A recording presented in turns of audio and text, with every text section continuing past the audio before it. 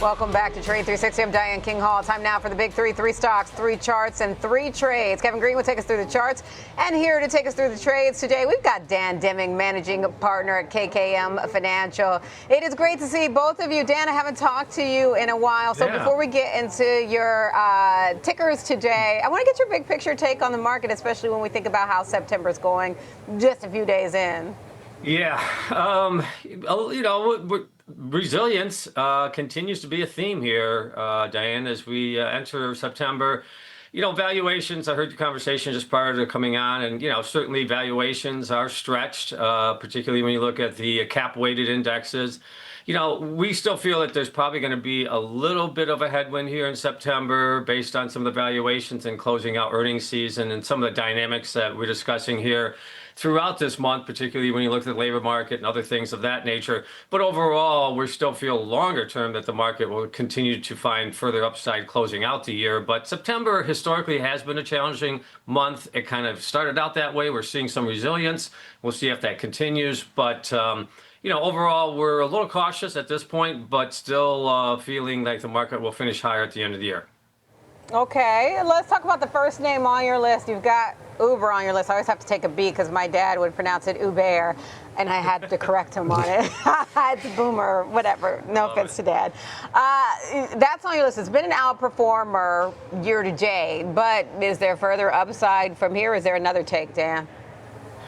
Well, a cautious upside view in this particular instance. We did not necessarily take out the highs and that last move higher, but nonetheless, it appears longer term there's still upside momentum. So, yeah, today's trade example is to try to capture some premium and have the opportunity to get put in the stock at a better level if there's a little weakness. And, I think that longer term is still upside, but I'd like to see us take out the high that we made about a month ago, where we have not done that so far in this last move higher. Okay, we'll get a little bit more into the trade example details. First, Kevin, can you take us through what you noticed about this chart? Yeah, I mean, if you're kind of looking at it over the long term, or at least the last year, it is definitely trending to the upside, but it also has some volatility. This time last year, we actually saw a similar type of trading pattern where it was trading in an upward or ascending channel, but formation, we did see a brief breakout, and then we saw some failure going back below the 20-day moving average, the 200-day moving average, consolidated for a little bit, and then we started seeing a lot of trading activity. We had this wedge formation that actually took place here, and we did see a breakdown of that wedge back in July here. Now, we are still making higher lows, and I have that noted here, so Dan's right. You got to be cautiously optimistic with this one. We are making higher lows, but we are also making lower highs. We did break that channel. What I did is actually took that support line, extended it. That could now be your resistance level, and that still kind of matches up with that $98, $99-ish area for Uber. But we are below the 20-day moving average. We have to be mindful of that, and what you do not want to do is a stair-step approach back to the downside where you're taking out those higher low marks here. And then if we get down to that 200-day moving average of $78, $79, maybe some buyers really do step in. MACD, bearish formation, still above the zero line, but 12 EMA is below the 26 EMA. We are in a descending formation when you're looking at that channel on RSI. So I'm right there with Dan. This one's going to have to prove itself. It's a little bit stretched up here, but if it's able to make new highs, I think you get a little bit more confident that this overall bull run can continue. Okay, so Dan, tell us a little bit more about your strategy here. Yeah, so on that cautious note, in this particular case, it would be put into the stock a little higher than Kevin's downside. But nonetheless, I think the idea here is collect premium. You can sell the October 87.5 put for about $2.35 here. That's about 2.5% yield versus the stock over the next 43 days, with the opportunity to get put into stock around that 85 level. So, I think that cautiously optimistic. If we do see a little weakness, I wouldn't mind getting put into the stock at a better level. And if it doesn't happen, then you get to collect that 2.5% over 43 days. And if the stock does break out to the upside, then you have a decision that maybe it does have further upside, and you can be a little more aggressive in capturing that. Okay, Dan, let's talk about your next trade. Next up on your list, you've got Valero Energy, also outperformer year to date. Not to the same degree as Uber, but strong performer. How do you approach this one? Yeah, I think this one's really interesting, Diana. Really, as I was looking for trade examples today, this one caught my eye in the sense that energy hasn't really done all that well this year, but Valero showing signs of breaking out to the upside. And it really has to do with some of the dynamics in the refining community and their ability to take advantage of that moving forward. Bank of America just upgraded them. And so I think there's some opportunity here to capture further upside. So today's trade example is a buy right example, and we'll get to that momentarily. Okay, KG, he said he's showing signs of breaking out to the upside. What do you notice about this chart?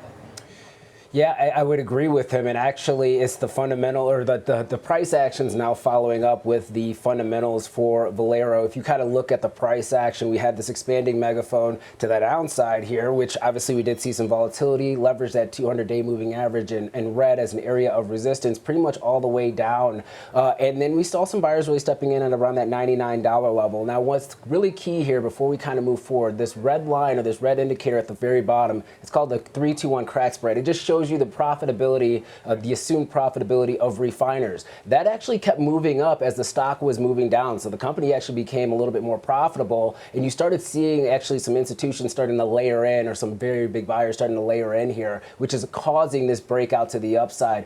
We had this move to around $155, came back, retested that 200-day moving average, didn't stay there for too long, and now we are trying to attempt a breakout here. If you're looking for another upside area of resistance, 170 is one that could actually be a pretty decent area of resistance here. And any further breakdown, just follow the price action here. The 20-day moving average in blue, 143. The next one, the 200-day moving average, RSI, a little bit overbought at this point. MACD in a bullish formation. So you can make the case fundamentally as well as technically that Valero is actually outperforming, especially outperforming the energy sector as a whole.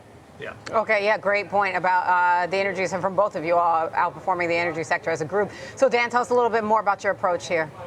Yeah, the approach in this trade example today, Diane, is buying the stock and then writing the January, pushing the potential tax event into next year. The January 180 call for about $3.65 gives you about a 20% capture range to the upside into January. Again, if we continue to see this breakout move higher, I think that that's certainly a possibility. Lowers the break even as well by $3.65 from where the stock's currently trading. So, this is basically trying to capture a range to the upside by reducing some of the costs of getting into the stock, giving a little bit of a downside cushion, defining, I shouldn't say that the next trade's defining the risk, but in this case, nonetheless, buying the stock because I think it's going to break out and continue to move higher, but also capturing a little premium on the outside of this. And then if we do get to 180 or above in January, if you have the idea, or in this trade example, to close the trade, then it moves that tax event into next year. Yeah, that's the part that stuck out to me. When you can push out a tax event, that seems wise. All right, Dan, let's talk about your final trade. Walmart's on your list. It's also been outperforming the S&P 500, obviously not to the same degree as Valero or Uber, but still, it's had strength. Take us through how you're approaching this one. Yeah, again, this is a position where, we're seeing a little bit of some sideways price action, but in my mind, it did make, at least to this point, a higher low. And if we continue to see this upside momentum kick in, then we could take out those recent highs that we did see. And so that's the idea here in the in this case, this is buying a call spread, a 1x2 call spread, where you are defining the downside risk in this particular instance, but also giving yourself a nice capture range to the upside. Okay, KG, what do you notice about this chart for Walmart?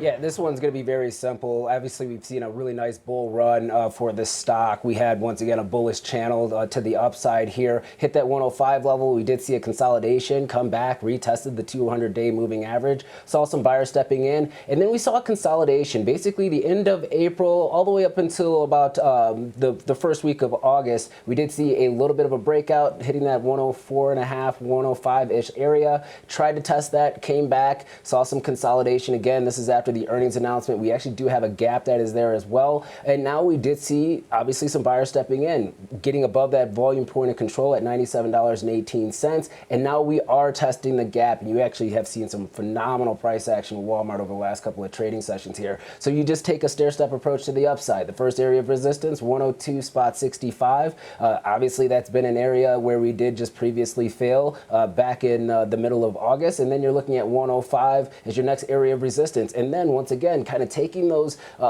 increments, $2.50, $3 or so, and just continuing to add those on to those resistance levels here. Any breakdown, you did see some buyers are actually stepping in at the 200-day, as well as some value between $85 and $86. MACD also is about to be in a very bullish formation for Walmart. So very simple for this one, Diane. This looks like it really does want to coil and break out higher. Okay, Dan, any final thoughts you want to leave us with on this trade approach here for Walmart? Yeah, so in this case, the trade example today is November, 100, 110 calls, 1 by 2. So I'm selling the extra call on the top side. You still break even is 117. Okay, if we blow through that, then you kind of give up the edge in this trade. But nonetheless, I think that's a reasonable capture range over the next 2 months.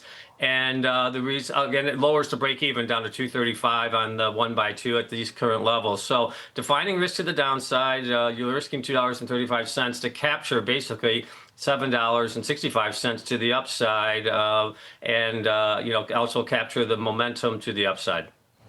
All right, thank you, Dan. That's Dan Deming, managing partner KKM Financial, and our very own Kevin Green. Thank you both, guys.